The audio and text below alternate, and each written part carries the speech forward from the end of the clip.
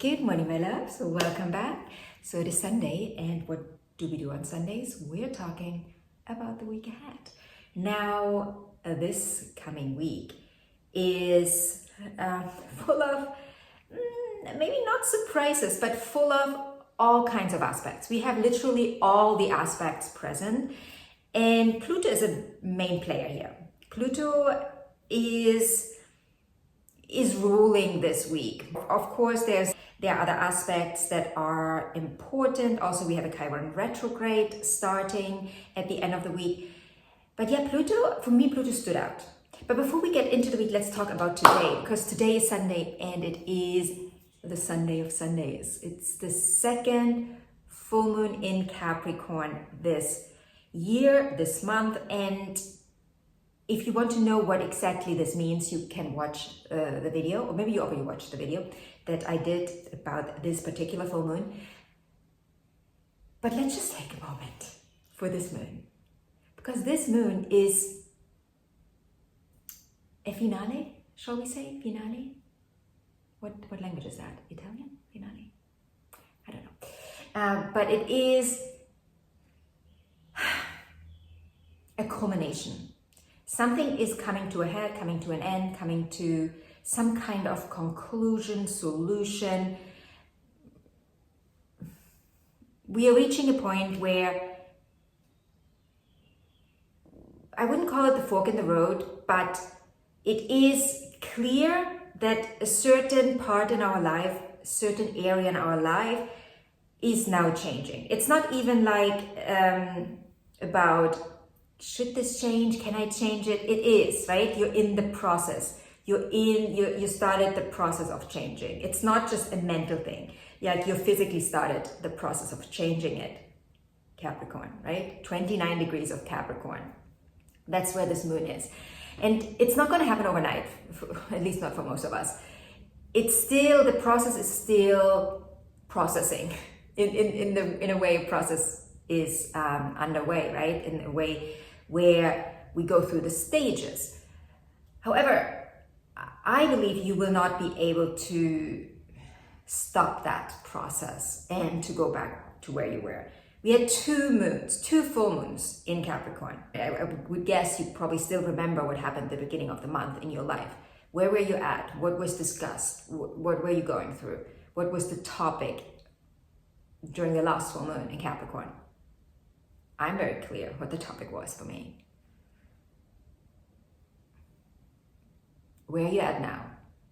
Has there been an evolution in regards to this topic? Now let's get into the week. So we're starting the week on Monday, as we do, the 22nd, and it's a busy day. We have Mercury square Uranus. That can literally be surprising news, right? Getting surprising news. This can come from anywhere, right? This can relate to any part of your life.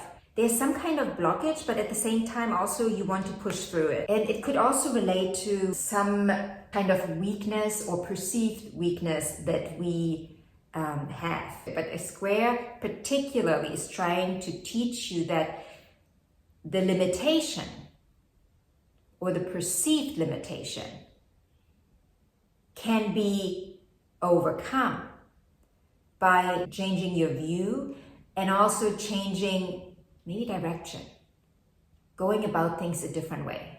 Like Mars has to learn something. I know Mars is not involved, but a square is Martian energy. So that part of you that just wants to push through has to learn something here. There's this process that you undergo in a square where at first you want to push, and when you then realize that that is not going anywhere, you're taking that inward journey, trying to understand what the actual problem is. Because the problem that is presented to us on the outside, aka maybe the news that you got, is not really the problem. So now, the same day the sun is trining Neptune, which gives us the opportunity to not just see the bigger picture, but to see all the possibilities, right? the possibilities are becoming clearer. I'm not clear because we're dealing with Neptune, but clearer with the sun, right? The sun shining a light onto what is possible. So there is a lot of self-confidence in this aspect. It alleviates things a little bit. You understand that that conversation, the news that you've got, you know, whatever came in, whatever occurred, you understand that that's just one side of the coin. I can look at it from a different perspective and maybe actually see some blessing in it. Maybe I can see the good in it, the benefit. Then also there's a trine between Mars now in Gemini and Pluto in Aquarius, which also for me gives us a lot of power to take action in something that you may have been stalling in, right? So the mix today, meaning on Monday, between the squares and the trines, it's really beautiful because the squares, it's kind of that pushy energy. That's like, it gives you a little bit of motivation because you're kind of like, I gotta do something about it. And then with the trines, it just naturally flows, right? And we have Mars in that trine with Pluto, which is super intense, moving forward something, right? Like just pushing something forward. And then the sun with Neptune also kind of like having that self-confidence. And it's like, okay, we've got to do this now. So really utilize this energy. It's a very productive day, really. Then on the 23rd, the sun is moving into Leo and opposing Pluto. So now, if you haven't felt motivated enough on Monday, now the motivation is definitely here. And that motivation comes in form of maybe some sort of limitation again. You know, some sort of kind of, I feel a little limited here. I feel a little also imbalanced, and that imbalance creates kind of the energy of something got to change, something's got to change. And it's intense because we're dealing with a Leo fire sign, the sun in a fire sign. It's kind of like, okay, I cannot stand this. So I have to move, I have to do something about it. And we're dealing with Pluto,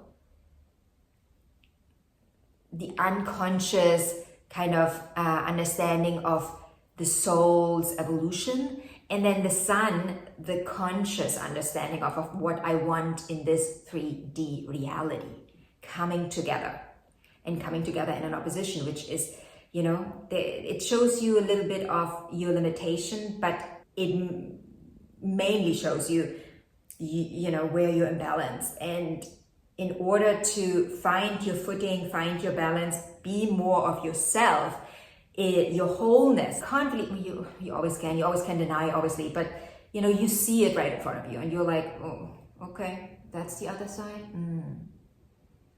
Is that, maybe I gotta integrate this. And Pluto energy is intense. It usually doesn't let you hide in peace, right? Even if you go and try to hide from it, you won't find any peace. You will just get more irritable. On the same day, Venus conjunct Vesta. Normally I do not talk about asteroids, but this one I thought was really interesting. Also, these two are dancing a little bit with each other for 3 days. When I saw this, I was like, return to innocence. Like, that was just, it just popped into my head. This is Venus in Leo, being full of love, full of desire, passion, meeting Vesta, purity, right? Like just the purity of the maiden. And the maiden is reminding Venus that all that desire, that passion, that love that Venus carries needs to be purified to move forward in a more aligned way. That is what I see within this aspect. So, you know, obviously relating this to your life, you know, you've got to do this in your own way. I've certainly looked at it from the perspective of my life, and there needs to be some purification, clearly, that my Venusian energy needs to go through. So we will definitely be working on that. And by we, I mean me, yours truly. Then on the 26th, we have the Sun sextile Mars. They are also traveling together for a few days. This is the energy of finding your inner fire that then propels you forward, right? That then makes you move forward.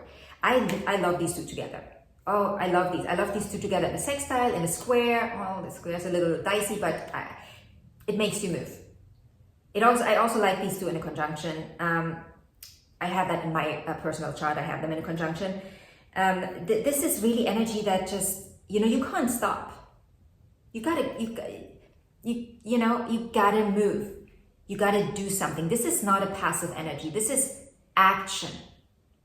Action, movement, move forward. So I like that this is now happening after we've gone through a very intense first part of the week, right? Like this is now, okay, so what have we moved through? What has Venus moved through? And now from that place, that purification process that Venus went through, now how can the Sun and Mars utilize that and then take action to move forward in a more aligned way? Also, on the same day, Mercury is moving into Virgo, and this is interesting because Mercury will retrograde here in August. We will talk about this obviously in a separate video. Mercury at home in Virgo, very strong, probably the strongest Mercury. Mercury in Virgo and Mercury in Aquarius, the two strongest Mercuries. Very different Mercuries, but super strong. And if you've ever met someone with a Mercury in Virgo and a Mercury in Aquarius, you know, Mercury in Aquarius is headstrong, super headstrong. You cannot get them, if they have set their mind on something, however long it takes, light years, they will go. You cannot stop them. Mercury in Virgo is a more pedantic Mercury, but highly intelligent. And when I say pedantic, that might sound a little negative. I don't really mean this in a negative way. It's just like, it's very, you know, Mercury is very thorough, and Mercury is a perfectionist in Virgo, which sometimes can lead Mercury in Virgo to limit itself, because that idea of perfection is limiting. Generally, Mercury is like, I have this one idea, this is perfect, and if it's not like this, then it's not good. And it's not always productive, even though Mercury in Virgo is very productive, but unfortunately doesn't see the bigger picture like Mercury in Aquarius does. Right? These two, it's very interesting. These two can learn a lot from each other, actually, because Mercury in Aquarius is only focused on the bigger picture, and Mercury in Virgo is only focused on the detail. And these two, I like these two. When they come together, oh my God, magic is created. Now on the 27th, Chiron retrograde, there is going to be a separate video about this, so I'm not going to talk about this in details. I will do a video for you for all rising signs, so you understand, you know, what area of life this is going to relate to for you. But just real quick, what I find interesting about this retrograde, the beginning of the retrograde on the 27th, is that this retrograde is starting conjunct the moon. Like literally, the moon is conjunct Chiron when Chiron starts its retrograde. So I think this is actually very relevant for the whole retrograde. And we can talk about this in the retrograde video in particular, but it's going to be a very emotional retrograde. And also, I think we're gonna really deeply work on subconscious layers. I think that is the message here. It's the moon in conjunction with Chiron, You know, it's saying, okay, we got to work on the subconscious layers that we've been carrying and that are not serving us, right? It's always the idea. It's not serving us. It's not helping us to move forward. It's not helping us to evolve and grow. We've got to restructure here, right? Those layers. They either have to be removed or put somewhere else if they fit somewhere else. If not, they got to go. And we got to replace them with something more healthy. It's something that actually helps us move forward towards where we want to go in life. Okay, my lovelies, this is a long video.